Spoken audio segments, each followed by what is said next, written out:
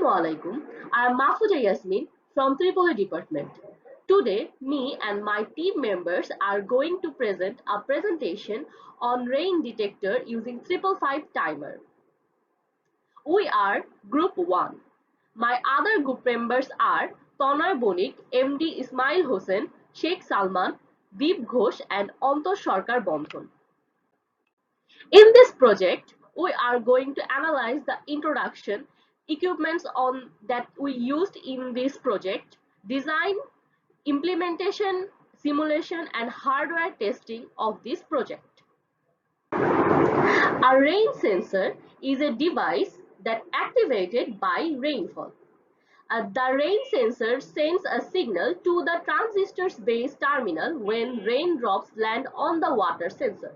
After the transistor is on, it sends a signal to the 555 timer IC, which is configured in its stable mode to turn on the LED and the buzzer. The sensor acts like a simple switch where the switch closes when it rains and is normally open when rain stops. Rainwater detector will detect the rain and make an alarm. The next slides will be described by my team members. Thank you, Master Muskan. Now I will talk about equipment and specification of this project. For this project, we used one breadboard, 4 different values resistor, connecting wire, a 9-volt battery, 10 microfarad capacitor, a 5.5 timer IC, a water detector sensor, a BJT DC 547, and a buzzer and a LED. During Now I will talk about 5.5 timer. The 5.5 timer, designed by Hans Kamenzind in 1971, can be found in many electronics devices, starting from toys and kitchen appliances to even a spectra. It is a highly stable integrated circuit that can be produced accurate time delays and oscillations. Let's take a closer look what's inside the 5.5 timer and explain how it works in each of the three modes. Here's the internal schematic of 5.5 timer, which consists 25 resistors, 2 diodes and 15 resistors.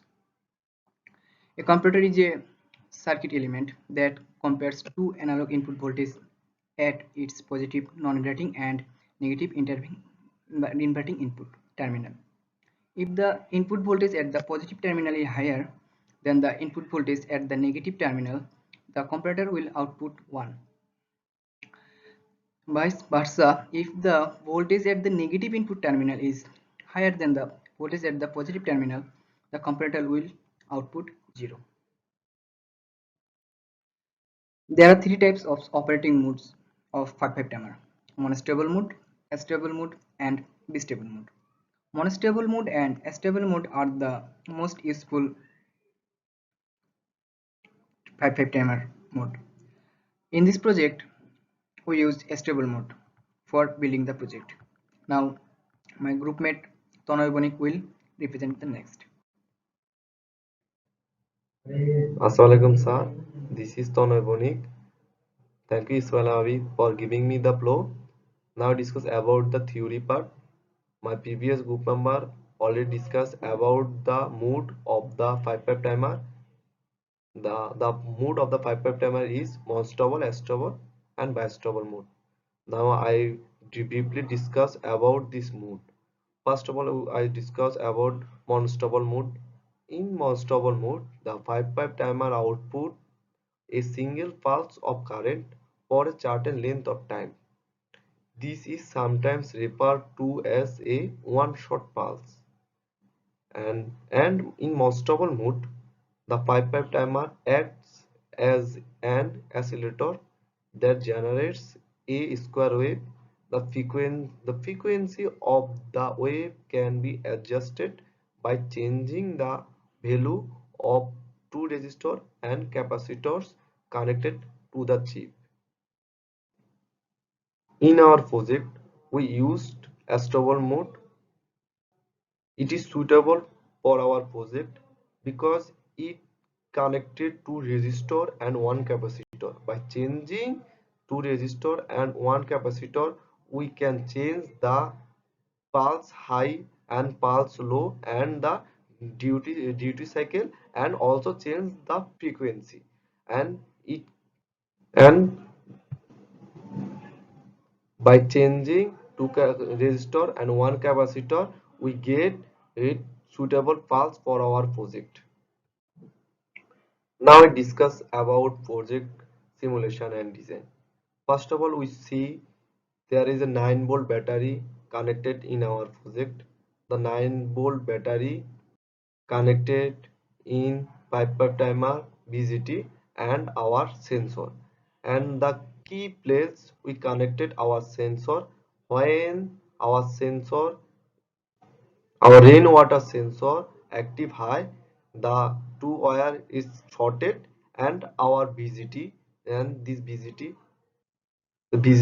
work, and the current flow the BGT. And our pipe timer is connected in stable mode, two resistor, one capacitor. We see the resistor R3 value is 1 kilo ohm, and R4 value is 100 kilo ohm, and our capacitor value is 10 microfarad. We see that our pipe timer's resistor pin is connected in BGT. When BGT is flow the current, our reset pin is high.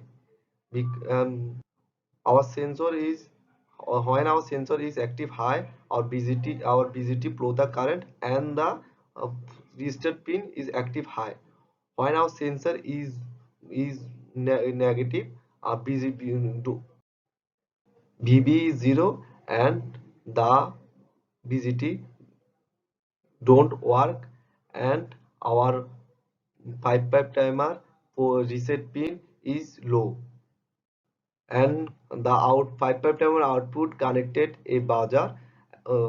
When our reset pin is active high, the buzzer is high. When our reset pin 4 is active low, the buzzer pin is low. And this is the main function of our project. Now I invite Anta Sarkar Bandhan to complete his presentation. Thank you, sir. Testing, we bring breadboard connecting wire, water detector sensor, and use multimeter for measuring resistor, which is 100K, 1K, 4.7K, 470 ohm. Then we use battery, which is 9 volt, then 10 microfarad capacitor, 12 timer, then water sensor detector, then BGT, which is DC547, then LED. At last, we realized that all the equipment are proper. The project implementation, whenever there is a raindrops fall on the rain sensor, and we can see that in the diagram of a rain sensor, water on a rain sensor would short the point A and B. Here A and B point become short, a positive voltage would get applied on the base of transistor. Through a 1K resistor become of the voltage at the base, the transistor become on, and currently started falling from the collector to the emitter. Then now in a type of timer there is 8 pin, and pin number 1 is ground, then pin number 8 is BDT, and pin 3 is output. Pin number 4 is reset, which get a positive voltage, and type of timer IC become on, and LED start beeping. Here we should note that there was no positive voltage at the reset pin number 4 of the 245 IC, as it was connected to the ground through resistor 4.7K, and 245 timer IC only works when the reset pin gets positive voltage. Here we can see that 245 timer IC has configured a stable mode so that LED generative beeping, or we can say that periodically on and off. Irrigation, it will detect the rain and immediately alert the farmer and fishermen. In automobiles, when the rain detector detects the rain, it will immediately activate the wipers and inform the driver.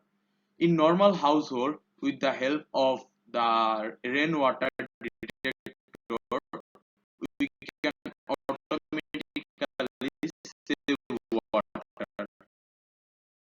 This slide topic is about advantage, low cost, easily to build, customizable, and no external power source required. Low cost, the components required to build this project are relatively inexpensive and readily available, making it an affordable solution for detecting rain. Then easy to build. This circuit is simple and easy to build even for the beginners who are just starting with electronics. With some basic knowledge and skills, anyone can build this circuit. Customizable, this circuit can be modified to suit different needs and applications. For the example, you can adjust the sensitivity of the circuit by changing the resistor or capacitor values. No external power source required. Yes, this circuit can be powered by a battery or any other DC source, making it a portable solution for detecting rain in remote areas.